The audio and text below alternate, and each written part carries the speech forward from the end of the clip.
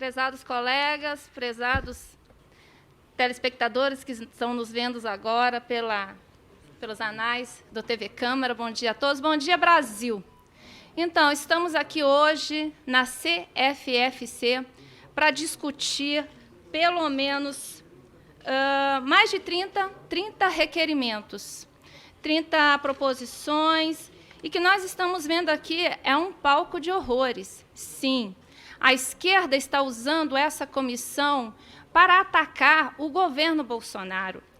Porque o que resta à esquerda é falar pelos cotovelos. Eles não têm argumento, eles não têm fundamentação legal, estão tentando fragilizar as bases do governo federal. Vejam bem, já estão pensando nos seus apegos políticos do ano que vem. Nem que para isso a população brasileira tenha que pagar um alto preço para manter tudo isso daqui. Gente, isso aqui custa dinheiro. E está servindo tão somente de palco político para a esquerda, para os partidos opositores ao presidente, ou aqueles deputados, né, que estão magoados, às vezes, por terem perdido aí cargos, né, no alto escalão, no segundo escalão do governo federal. Agora, gente, vamos deixar de lado os nossos interesses pessoais, vamos pensar na pauta Brasil, vamos pensar nas reformas, vamos pensar no que efetivamente é de interesse do Brasil. Não podemos perder a nossa credibilidade com os investidores internacionais, nós não podemos perder a credibilidade com aquele que ainda nos emprestam dinheiro. Sim, porque com os desgovernos dos governos PT, Lula, essa esquerda, né, gente, esses comunistas que dominaram a política do Brasil por tantos e tantos anos, que não aceitavam a direita, que tinham a direita como criminosos, esse desgoverno levou o nosso país à bancarrota. À bancarrota.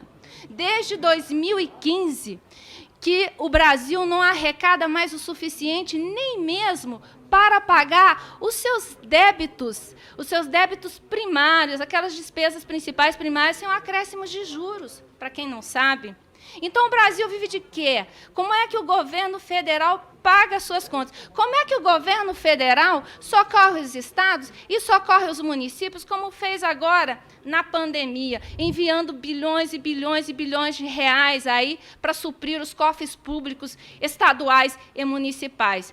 É rolando dívida, é pegando dinheiro emprestado, é igual aquela dona de casa, aquele senhorzinho lá que tem, sabe, uma fatura de cartão de crédito e que, de repente, aquilo vai chegando no limite. E aí ele vai vivendo de quê? De rolar dívidas. E isso vem acontecendo desde 2015. Desde 2015. E aí, chegamos aqui nós, o governo Bolsonaro, estávamos com boas perspectivas de corrigir tudo isso, já estávamos criando uma boa confiabilidade do mercado internacional, já estávamos colocando o PIB novamente para subir, assim, solucionar as demandas do nosso país, mas aí, infelizmente, veio a Covid. Veio a Covid e não há como negar que governadores e prefeitos, não vou dizer todos, tá, pessoal? Não vou dizer todos. Temos algumas exceções, mas vieram os governadores e prefeitos com seus planos pessoais, políticos, e usaram a Covid-19 para agravar ainda mais a situação, para agravar ainda mais a crise, para assolar e para empobrecer ainda mais a população brasileira, impedindo que o autônomo fosse ao trabalho, determinando o fechamento do comércio e pongando toda a responsabilidade de pagar as contas a quem? Ao governo federal, que foi obrigado a se envolver em mais e mais dívidas, em pegar mais dinheiro emprestado. Sim. Para quê? Para provocar recessão, para provocar desemprego e jogar a culpa no presidente Bolsonaro. Uma grande injustiça. Para quem não sabe, para quem ainda não sabe, então é bom saber, eu sei que agora tem uma galera muito boa me assistindo lá nas minhas redes sociais, www.alesilvaoficial.com.br. Quem ainda não entrou, entra lá para acompanhar aqui a minha fala. Para quem ainda não sabe, só no ano passado, entre 3 brasileiros adultos em fase de trabalho, em idade laboral, pelo menos um recebeu o auxílio emergencial, pelo menos um. Isso representou uma despesa para os cofres públicos da União no valor de 232 bilhões de reais. Vocês sabem o que representa 232 bilhões de reais?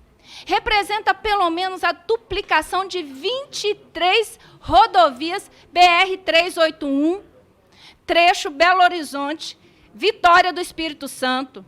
Exatamente, essa rodovia que a gente vem lutando e que o PT começou uma obra eleitoreira ainda em 2012, em vésperas de campanha. E essa obra ficou por muitos anos paralisada. Encheu o povo do Vale do Aço de esperanças quando abriram lá os 2 túneis. Eu falava assim, ó, aquele túnel ali é do Lula e aquele ali é da Dilma e não vai para frente. Começaram uma obra eleitoreira sem planejamento, sem recurso suficiente. Para quê? Para ganhar voto. Para ganhar voto. Logo depois das eleições, a obra paralisou. E hoje, o governo Bolsonaro correu atrás, conseguiu aportar mais recursos, conseguimos concluir o trecho 7.1, 3.1 com alguns problemas, é verdade. Mas vejam bem, 232 bilhões de reais que foram pagos em auxílio emergencial, daria para fazer 23 rodovias 381 duplicadas naquele modelo que o nosso ministro Tarcísio, o nosso superministro Tarcísio, concluiu, e eu tenho certeza que o nosso governo vai conseguir dar continuidade e vai conseguir concluir essa obra, a fim de atender o povo mineiro, o povo do leste mineiro. Afinal de contas, boa parte da riqueza do Brasil passa naquela rodovia. Mas eu venho aqui destacar o seguinte: estamos em crise, sim, provocada em boa parte pela esquerda, que trava as nossas pautas, que obstrui os nossos projetos de lei, que não tem dó do povo brasileiro, de fazer pagar, como hoje aqui, que vai servir apenas de palco para que a esquerda tenha aprovado uma série aqui de requerimentos para desestabilizar o governo Bolsonaro, debatendo temas aqui que eles já estão cansados de saber, que já foram discutidos em várias comissões da casa, mas eles vêm aqui novamente repetir, porque eles são assim, eles acham que nós somos fracos da mente, eles acham que nós temos a mentalidade fraca, e que por isso tem que ficar repetindo todas as suas argumentações aqui, usando essa casa como palco. Gente, vamos esquecer disso, vamos trabalhar pelo Brasil. Esqueçam as eleições do ano que vem.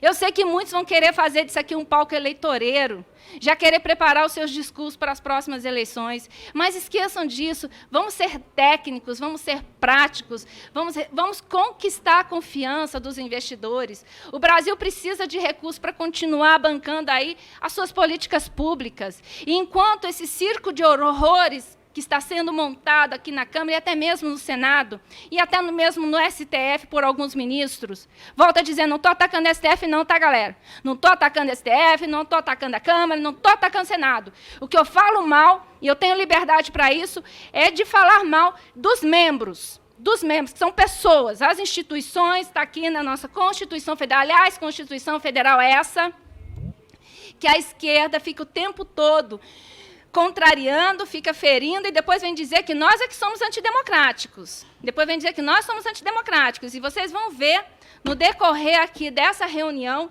que eles fizeram uma série de pedidos aqui, uma série de proposições que ferem de morte a nossa Constituição Federal. Aquilo tudo que foi delegado pelo Congresso Nacional, por exemplo, ao Executivo, desde 1988. Essa esquerda que não quer ver o Brasil crescer, que não quer ver o Brasil progredir e quer travar tudo. E sabem por quê? Porque eles sabem que o governo Bolsonaro tem a melhor proposta para a política desse país, tem a melhor proposta para o bem-estar do povo brasileiro. Então, eles ficam aqui o tempo inteiro querendo travar. Só para concluir, Excelência, peço aí aos meus seguidores, curtam, comentem, compartilhem. Nós precisamos da opinião de vocês. Opinião pública é tudo para a vida de um político. Vamos mostrar para a esquerda que nós somos em maioria. Afinal de contas, nós elegemos um presidente da República com 57 milhões de votos. Obrigada. Primeira questão de ordem, depois o requerimento. Só para deixar registrado aqui meu posicionamento, a minha discordância com o posicionamento de Vossa Excelência, data máxima vênia, tá? Olha, o artigo 50, parágrafo 1º, mais 83, parágrafo único, inciso 2, do nosso regimento interno prevê que os meus requerimentos eles não podem ser prejudicados, porque eu sou membro e sou membro a partir de hoje. E o acordo ele tem que ser unânime. Então, fica aqui registrado, não é maioria, é unanimidade. Eu não fiz parte dessa unanimidade, hoje eu sou parte aqui da comissão e estou sentindo que estou sendo cerceada no meu direito aqui de participação e de ter os meus requerimentos devidamente apreciados. Eu acredito que todos os meus requerimentos, em justiça, a gente diria em uma audiência que registre meus protestos. Com a palavra, deputada Lia, para o requerimento. Pois não, excelência. Olha, estão querendo aqui a convocação de vários e vários ministros. Já estou no tempo? Minha manifestação? Ok. Estão querendo aqui a convocação de vários ministros. Um único... Deputada. Oi? Só encaminha um ministro por vez. Então, estão querendo só a convocação de um ministro que a gente está discutindo, que é do ministro da Defesa. Sim, mas eu estou dando uma explanada para chegar nele. Eu tenho que fazer uma introdução, senão quem está em casa não vai entender o que nós estamos conversando. Tem gente que ligou a internet agora. Não podemos excluir o povo da participação de todas as discussões dessa casa. E eu primo muito pela transparência. E quem está nos assistindo, muitas das vezes, fica na dúvida. Tipo assim, pô, deputado, eu pago um salário tão caro para a senhora chegar lá e aceitar tudo o que te dizem, tudo o que te orientam. O presidente da mesa corta a sua palavra, a senhora aceita sem nem mesmo questionar. É isso. Pois UTIs ociosas, eu sou contra esse requerimento e já fiz esse pedido aí de retirada de pauta, mesmo porque, se for para questionarmos aí a ociosidade de leitos, nós vamos ter que chamar aqui muitos e muitos governadores, prefeitos, diretores de hospitais, enfim, secretários de saúde, secretário de saúde dos estados, vai repor meu tempo.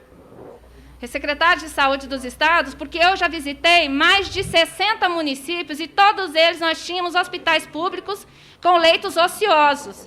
E a justificativa que eles davam é que aqueles leitos estavam reservados para receber eventuais pacientes com Covid, que não poderiam ocupá-los 100%. Então, se é para chamar o ministro da Saúde para falar sobre leitos ociosos, ou menor, ministro de Estado da Defesa para falar sobre leitos ociosos junto às Forças Armadas, vamos chamar também todos aqueles que têm responsabilidade. É estranho que o objeto aqui do requerimento seja UTI ociosas e parlamentares venham falar sobre os gastos das Forças Armadas, justamente parlamentares que têm gastos suspeitos em seus gabinetes. Não vou citar nomes, evidentemente, porque também não é uma pessoa só. Mas são parlamentares que gastam cota de gabinete para pagar honorário de advogado para defendê-los em causa própria. Parlamentares que pagam honorário de advogado para patrocinar causas, para bater no governo, para atacar o governo federal, o que é contrário ao ato da mesa número 43.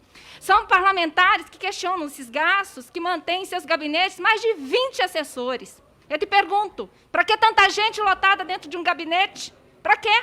Se para uma UTI eu tenho que ter pelo menos 7 funcionários, 7 profissionais, e o deputado quer ter mais de 20 assessores? E outra coisa também, vamos em respeito à população brasileira, em respeito aos mais pobres. Renunciem aos seus apartamentos funcionais. Isso custa dinheiro, e é dinheiro que sai do bolso, e do bolso dos mais pobres. Renunciem aos seus auxílios moradia. Renunciem os seus planos de saúde, que são bancados com dinheiro público. Paguem do seu salário, poxa. Mais de 33 mil reais. Não dá para vocês pagar um aluguel, não? Não dá para vocês pagar um plano de saúde, não? Tem que tirar o dinheiro dos mais pobres? E depois vem aqui questionar os gastos. Olha, nós não somos contra a transparência. Como bem disse aqui meu colega que me antecedeu. Nós somos pela transparência, mas que seja tudo feito dentro da paz e da ordem, e não servir apenas de palco para a esquerda atacar o governo. Essa esquerda que fica usando seus assessores para atacar o governo, entrar lá nas postagens e xingar o presidente. Esses assessores que pagam honorário de advogado, que é contrário ao ato 43 da mesa. Então, se vocês primam esses parlamentares que estão questionando o governo federal por gastos supostamente excessivos, sequem seus gabinetes, trabalhem com menos assessores, renunciem seus apartamentos funcionais, vão morar lá igual eu moro, no final da Asa Norte, 714, lá no finalzinho, numa kitnet de um quarto. Não é possível que com R$33 mil vocês não consigam pagar R$1.000 de aluguel. Então, presidente, o que nós estamos aqui questionando não é a transparência, nós primamos sim pela transparência, mas somos resistência sim para evitar que essa comissão, que essa Câmara de Deputados seja apenas um palco de políticos que pensam em si próprios. Eu quero ter a honra de debater com quem mantém austeridade nos seus gabinetes, que gastem com eficiência, com qualidade, que tem lá toda a sua transparência no gabinete. Ah, mas é autorizado é autorizado por lei, eu posso gastar isso aqui. Tudo bem, mas façam dentro da razoabilidade. Não deturpem, não contrariem o que está previsto no ato da mesa número 43. E se vocês querem colaborar com os cofres públicos, como vocês exigem do governo federal, façam isso, partam de vocês. E outra coisa, vamos falar sobre UTI ociosas, não é mesmo? Então, tá, vamos também fazer uma sessão especial, vou entrar com esse requerimento, convidando governadores, prefeitos, secretários de saúde, e todos aqueles que são responsáveis para vir aqui também debater e justificar por que os mais de 60 municípios que eu visitei, unidades públicas de saúde, também têm UTIs ociosas. Ok? Então, fica aqui a minha fala. Muito obrigada. Eu assumi hoje a titularidade aqui da comissão. Então, ele que não me questione, não me critique por estar aqui debatendo temas que podem ter sido debatidos anteriormente. Eu estou aqui representando pelo menos 48.043 mineiros. Milhares estão me assistindo agora ao vivo nas minhas redes, no TV Câmara, e meus eleitores merecem respeito e têm que saber que eu não sou uma pessoa inócua. Eu assumi hoje a titularidade, não me mantive inerte, não me omiti nos atos aqui da comissão, atos que ocorreram anteriormente à minha indicação, à minha nomeação aqui para a titularidade dessa mesa. E volto a dizer, ninguém aqui está questionando a transparência dos atos. Nós estamos aqui questionando a forma como estão sendo conduzidos esses atos públicos. Todo cidadão tem direito de saber quanto que gasta, como que gasta. Eu mesma tenho o botão transparência no meu site, para que todos que me seguem consigam saber da minha vida orçamentária aqui dentro dessa casa. Obrigada. Excelência, eu só faço observação que a convocação, que a reunião com o ministro se atém ao objeto da causa, que é a questão das UTIs ociosas, tá? Para não confundir objetos, nós ficamos aqui o dia inteiro debatendo temas estranhos ao pedido. Eu gostaria que se aplicasse nessa comissão o artigo 73 do Regimento Interno, que pede que os parlamentares tratem com respeito a todos os parlamentares e os poderes, né, constituídos executivo, legislativo, e que parem de usar esse termo genocida. Esse termo genocida é uma calúnia, uma difamação contra o presidente da República. Eles estão contrariando, estão ferindo o artigo 73 do Regimento Interno. Então, eu pediria ao senhor que solicitasse aos nobres pares, que tratasse com cortês, não só a nós parlamentares, mas os demais poderes constituídos, os chefes dos poderes constituídos. Obrigada. Ali. Pois não, Excelência. Eu quero me subscrever a esse requerimento e pedir para convidar, posso citar os nomes aqui ou apresento para... Cita os nomes para a gente pedir a concordância do autor. Convidar também o presidente do IBAMA, Eduardo Fortunato Bim, secretário do Meio Ambiente no Pará, José Mauro de Lima, de Almeidas, Bruno, aí tem um sobrenome aqui, Yogishkop Ramos, presidente do Instituto de Terras do Pará, presidente da Associação de Concessionárias de Florestas, Conflorestas, e presidente da Associação Brasileira das Empresas Exportadoras de Madeira do Pará. Então, com licença, já que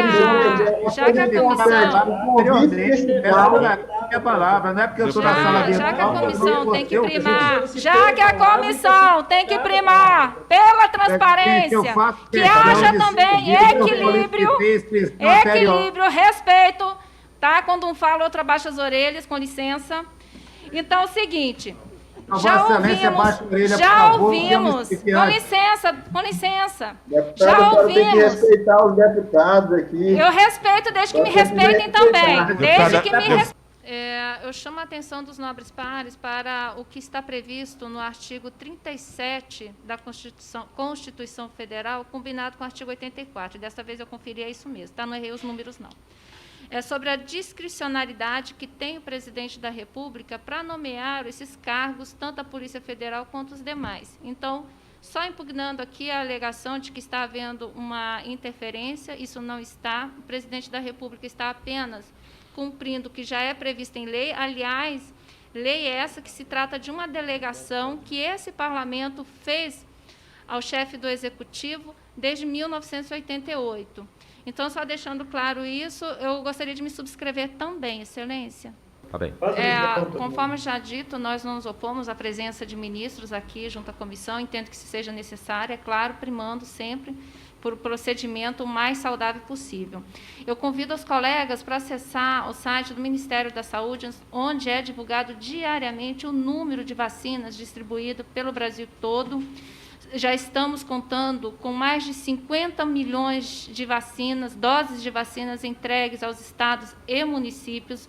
Já temos à disposição das Forças Armadas para participar dessa força-tarefa, dependendo, é claro, de cada governador solicitar esse trabalho. Então, é isso, eu vejo que o governo federal está trabalhando muito, às vezes nos cabe investigar, né, acessar os sites, acompanhar os números bem de perto, há uma transparência muito grande. Então, quero parabenizar ao ministro da Saúde, ao secretário que tem acompanhado a vacinação. Eu mesma vou fazer um requerimento para um plano especial de atendimento aos caminhoneiros, porque eles vivem na estrada, eles não vão ter como se deslocar aos seus domicílios para tomar as suas doses de vacina. Já estou assumindo esse compromisso junto ao Ministério da Saúde de levar esse trabalho. Peço até mesmo aqui apoio dos colegas, né, nossos irmãos caminhoneiros que estão pela estrada, e da gente conseguir esse plano de se montar postos de vacinação às margens das rodovias, junto aos postos de serviços, e assim facilitar que as vacinas cheguem com prioridade, com eficiência aos nossos irmãos caminhoneiros. Obrigada.